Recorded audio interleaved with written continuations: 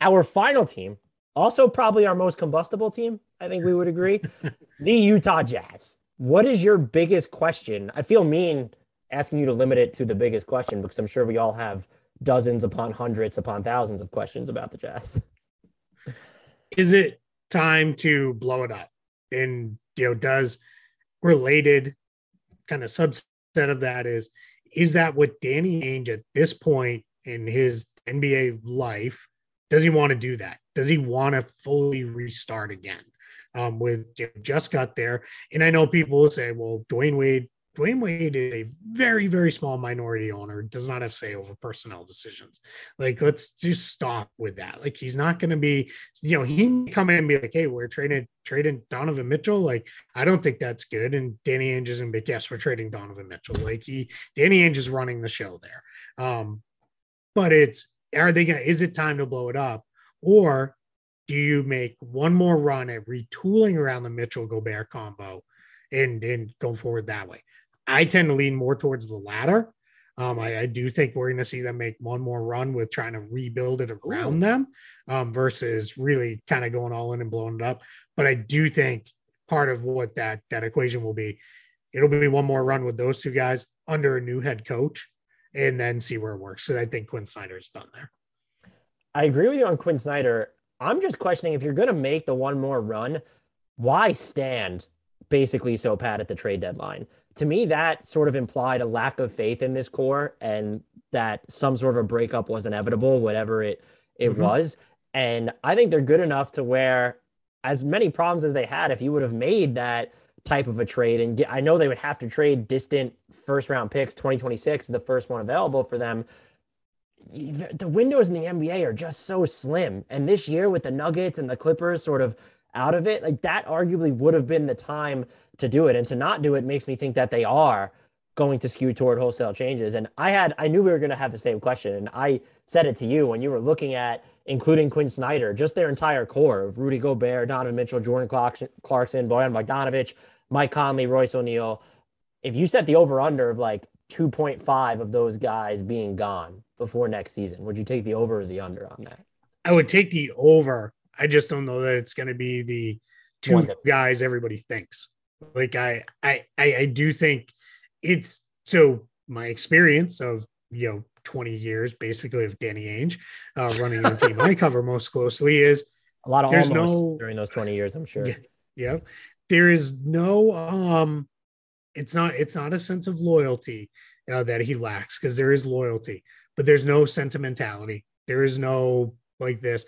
Even less so. He didn't draft any of these guys. He barely signed any of these guys, and he traded for almost none of their main guys. So for him to come in and say, yeah, hey, go, this guy's out of here, go, we're doing this, we're doing that. I mean, that's how he started his Celtics tenure. He came in and the media was like, see you later, Antoine Walker. And everybody's like, wait, what? Like, that's, Antoine Walker. And then, he did it. This is the guy who I think almost loves that he went and told Red Auerbach, you're crazy for not trading Bird and McHale and extending your window past this. And it's like, that's complete blasphemy in Boston. Like, trade Bird and McHale, like, what are you thinking? But that's just how he thinks. It's all about winning a championship and what puts us closest. So it would not surprise me at all if we're, having a conversation, 4 months from now in the, beginning of training camp about how, like, man, who are these guys in Utah?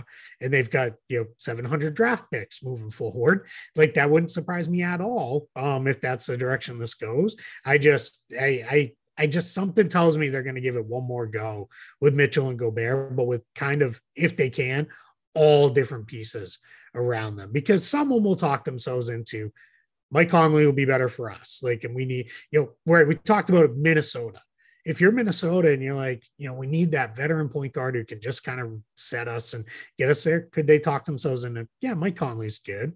And if you're the Jazz, could you be like, maybe D'Angelo Russell would be okay. Like, scoring. He's not an Ainge guy, so that's not a perfect fit by any means, but like, that's, someone will talk themselves into Mike Conley and we'll see. But I just, something tells me they're going to give it one more run around those two. What's actually, you kind of just talking me into that was I kind of thought if you were going to move one of Rudy Gobert or Donovan Mitchell, you might as well move both of them because you're not going to get better in either situation. I will not, I know Rudy Gobert has his limitations on offense, but you're just not going to talk me into the Jazz being better. And so if you give it one more shot, it makes it Donovan Mitchell's trade value still fine. He'll have 2 more guaranteed years left on his deal. You also see, I would also argue that I know some people, and I was going to throw this to you, have posed the idea of what if you just rebuild or retooled around Gobert instead of Donovan Mitchell? I just can't talk myself into a scenario where that happens when you look at Gobert's age and how, if you trade Mitchell, regardless of what you think of Mitchell, he is your number one. If you don't think he could be the number one, you trade Mitchell. Now you need a 1 and a 2 is what you're saying, because like you're starting from scratch there. And just given the age timeline, the fact that we don't see these mid-20s players so early in their rookie scales become available, I would be staunchly against going that route. If you're going to trade Mitchell, you might as well trade Gobert. And maybe it becomes easier to go the super seismic path if you give it one more go. And it's, okay, look, we tried. There will be 2 more years left on Rudy Gobert's. Well, 3 more years after next year. 3 more years after next year. Donovan Mitchell will be a free agent in 2 years with that player option. Maybe that's when you make that call. I personally, though, I'm prepared for anything in Utah this offseason, with the exception of an actual Donovan Mitchell trade, because that just feels so far-fetched relative to what we know about how these players' contracts end up panning out throughout the course of history. Yeah, and I also think this is where the Ainge factor comes in too. He has historically built teams around a good on-ball point guard, or at least on-ball guard, without a lot of concerns, even if the guy is considered to be undersized or not, whether that was, Rondo or kind of early on, when he rebuilt the Celtics, and then Kyrie and Kemba Walker and Isaiah Thomas, like he was content to, build teams around that. So yeah, I don't think Mitchell's the one who goes. If anybody's going to go this summer, it's going to be Gobert. Mm-hmm. I feel very confident in that. And I think that's one, too. We mentioned a couple teams, but there are teams that'll say like, all right, yeah, hey, we're bringing him in. This is every year he's a top, defensive player of the year candidate, and he's going to be the new backbone of our defense, and we're going to set everything around, what he does defensively, and blah blah blah blah blah. And that's why that becomes easy. So I think trading Mitchell is weird. I tend to think if you traded Mitchell and kept Gobert, and you got the Mitchell trade right, you can build a really good team around Rudy Gobert. If you trade Gobert and keep Mitchell, as long as you got to get the right kind of guys, you could potentially still build a great team. I just think that's the difference. I think Mitchell is a guy who can be the star, the leader of a great team. And I think Gobert is the guy who can kind of be the star, the leader of a really good team. But maybe the answer is just keep them both together and find the right players around them, and you can be a great team then too.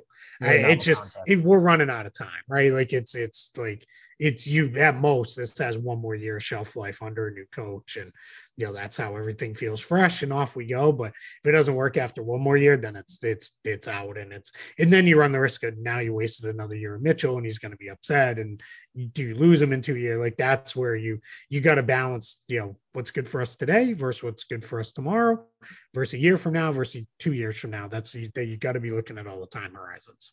My final question here is just, do you think that Rudy Gobert's contract, where it's basically 4 years and 170 left on it after this year, do you think that adversely impacts his trade value?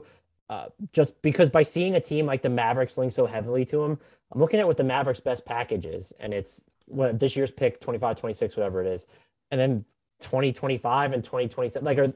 Do you want those long distance first round picks? And the other issue there is, are the Jazz even looking to fully reset if they're moving Gobert? Are they trying to remain competitive around Donovan Mitchell immediately? Because that would make a package that Dallas can offer, I would argue, much less attractive. And so what do you think would happen if they wind up moving Gobert? Are we going to be shocked at how little he goes for, or are people just generally underrating what his market will be? I think it's more the latter. I think there is still, this guy still wins defensive player of the year, or is in contention for it every season. And I don't see why that would necessarily change, at least over the next 2 or 3 years. You can't bring him in and be like, here's our, great two-way star, right? Because it's just not what he is offensively. But I think a lot of other teams would look at him and be like, hey, this dude gives Team USA all sorts of problems on offense in the Olympics. Like, why can we not, get him the ball on the roll and lobs and all those other things? So that's where, I think that some team will buy in and he'll go for a, pretty good package of stuff.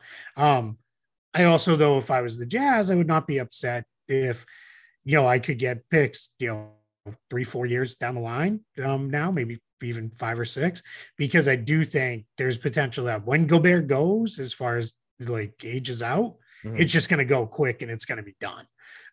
He's going to fall into the realm of, now he's just a backup who can do some stuff. It's just kind of how guys like him go. So I would not be too afraid of taking on longer term assets, because then all of a sudden, unless that's a team that can really flip and reset very quickly, like the Lakers can, if I'm not saying there's a trade to be made there, but if it's a team like that, then I don't know that I want, picks, that are 5-6 years out. But if I can get them from another team that, might struggle a little bit to reset things, yeah, I'm content to go that direction for sure.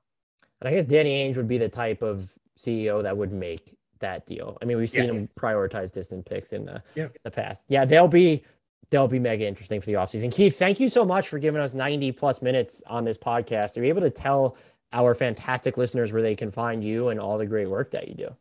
Yeah, you can find me on Twitter at Keith Smith NBA. I'd be forewarned, I tweet a lot. But you can find my written work at Spot Track. We've got right now we've got off-season team outlooks going up pretty much 3-4 a week right now until we'll get there. And then as teams get eliminated from the playoffs, we'll start picking those ones up. We're still working our way through the lottery teams right now. And then if you're, for whatever reason, looking for super Celtics specific coverage, Celtics blog is part of SB Nation. And then if you like this kind of stuff, talking about trades, transactions, and all that stuff, NBA Front Office Show, that's our YouTube show with Trevor Lane and I. It's also a podcast version. Check that out. We have a lot of fun. We get into a lot of different stuff there and a lot of just deep NBA talk. I highly recommend following Keith. Ton of followers already, but I love watching you tweet through Celtics games. That's one of my favorite things in the timeline during Celtics games. Keith, thank you so much. And as I'm sure you know by now, I'll be pestering you again in the future. So thanks for giving me so much of your time. I appreciate it. Thanks for having me.